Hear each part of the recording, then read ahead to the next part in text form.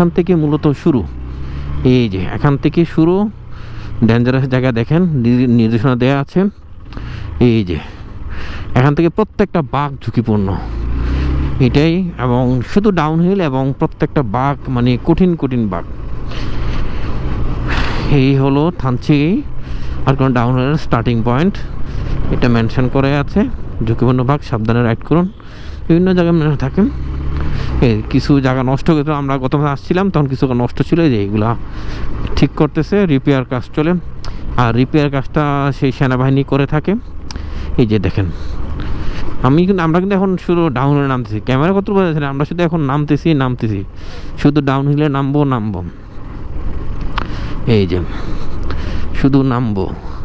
আমার সামনে আহাত ভাই, ওনাকে আগে সতর্ক করা হয়েছে যেহেতু উনি এই রোডের প্রথম আসছে, যে সামনে বাঁক পাবেন, বাঁক থেকে শুরু হবে 8 কিলোমিটার মানে ডাউনহিল।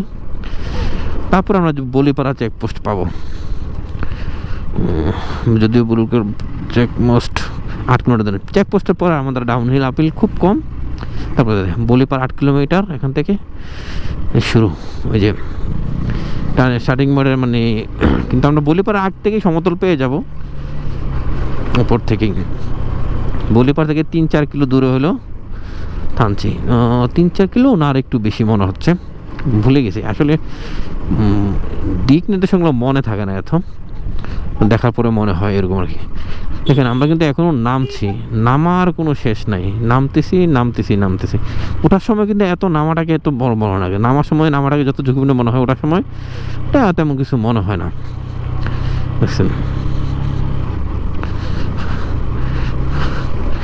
এই যে এখানে আর সামনে আরেকটা ভিউ পয়েন্ট আছে, যদি আমরা দেখি দাঁড়াতে পারি কিনা। এই জায়গাটাই ছিল, সরি ভুলে গেলাম। দেখছেন, আসি ঘন কয়দিন পরে 2 মাস পরে আসি, কিন্তু তারপরে ভুলে যাই ভিউ পয়েন্টগুলো। এখান থেকে থানচি শহর স্পষ্ট, আরও 2-একটা পয়েন্ট আছে যেখান থেকে থানচি শহর স্পষ্ট দেখা যায়, নিচে অনেক নিচে।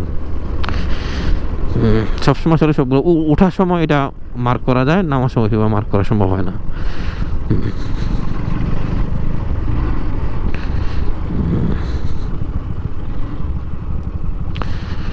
ওয়াও, শুধু নামছি। নামার যে অভিজ্ঞতা, সেটা আসলে না চালে বোঝা যাবে না কতটুকু, মানে মনে মাঝে মাঝে ভয় লাগে, যদি এখন ব্রেক ফিল করে তখন কি হবে। কারণ এগুলোর সাথে তো যন্ত্রপাতির সাথে কখনো বিশ্বাস নাই। আল্লাহ চাইলে সুস্থ মতো আমরা পৌঁছে যাব পাহাড় ক্রস করে। এখানে আসলে এসব ডাবলিং আসাটা একটু কষ্টসাধ্য, সিঙ্গেল আসাটাই বেটার। তারপর ডাবলিং আসতে চাইলে আসতে পারেন, কোনো সমস্যা নেই। একটু সেফলি রাইড করতে হবে, গাড়ির মধ্যে প্রেশার যেতে পড়ে, এই জন্য একটু মাঝে রেস্ট নিয়ে গাড়িকে শান্ত করতে হবে আর কি। এই জন্য আমরা বিভিন্ন পয়েন্টে মাঝে দাঁড়াই, এই কারণেই যে কারণ পাহাড়ে লম্বা রাইড করলে অনেক প্রেশার পড়ে। এই জন্য 20-30 কিলোমিটার পর একটা ব্রেক দিবেন, দেখবেন ইনশাল্লাহ বাইকে আর কোনো সমস্যা করবে না। ও মানে আমরা নামছি, সেই কখন থেকে নামছি, পুরো ভিডিওটা কিন্তু নামার ভিডিও শুরু হয়েছে এই ঝুঁকিপূর্ণ বাঁক থেকে, যেখানে মেনশন করাই থাকে ঝুঁকিপূর্ণ বাঁক। এখান থেকে ওই আগে ওটার মধ্যে মানে কিলোমিটার মেনশন করা ছিল, 8 কিলোমিটার কত কিলোমিটার এরকম ধরনের, কিন্তু এটা এখন নাই মেনশন করা, শুধু বলা আছে ঝুঁকিপূর্ণ বাঁক শুরু। সাবধানে রাইড করানোর জন্য নির্দেশনা দেওয়া আছে। আমরা কিন্তু সেই ঝুঁকিপূর্ণ ভাগ দিয়ে দিই, এই যে বাঘগুলা আসলে ঝুঁকিপূর্ণ, এগুলা নিচের দিকে বাঘগুলো। আমরা থানচি শহরে যাচ্ছি, যার কারণে ওই আমাদের নিচে নামতে হবে, ওই নিচে।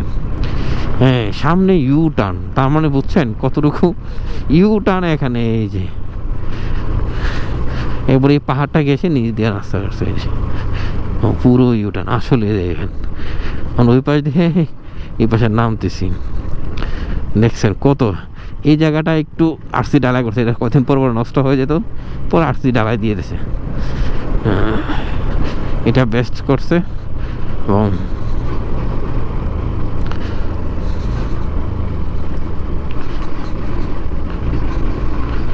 ও নামছি, শুধু নামছি। মানে যদি মাথা ঘোরার অভ্যাস থাকে কারোর, বমি করার, তাকে সে হয়তো বমি করে যেতে পারে। হ্যাঁ, তবে চান্দের গাড়িতে আসলে এখানে বমি করার অভ্যাস না থাকলে বমি হয়ে যেতে পারে, এখানে এত বাঘ, এত বাঘ। আর চান্দের গাড়িতে ইয়েগুলো কি হয়, আরও মানে ঝুঁকিপূর্ণ বেশি মনে হয়। তখন তো হ্যান্ডেল আপনার হাতে থাকে না, আরেকজনের হাতে থাকে, তখন আরও রিস্ক মনে হয় বেশি। দেখেন আমরা অনেক দূর নেমে গেছি, কিন্তু তারপরও নামছি, শুধু নামার মধ্যে আছি।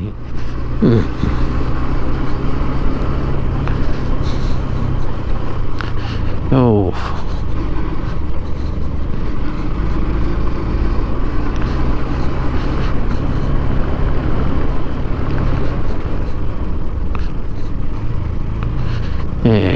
ওইটাও ওই যে ঝিরির পানি আসতেছে। হ্যাঁ, অনেক নেমে গেলাম, আমাদের আর নামানামি আছে, কিন্তু বাঘ শেষ। ওকে,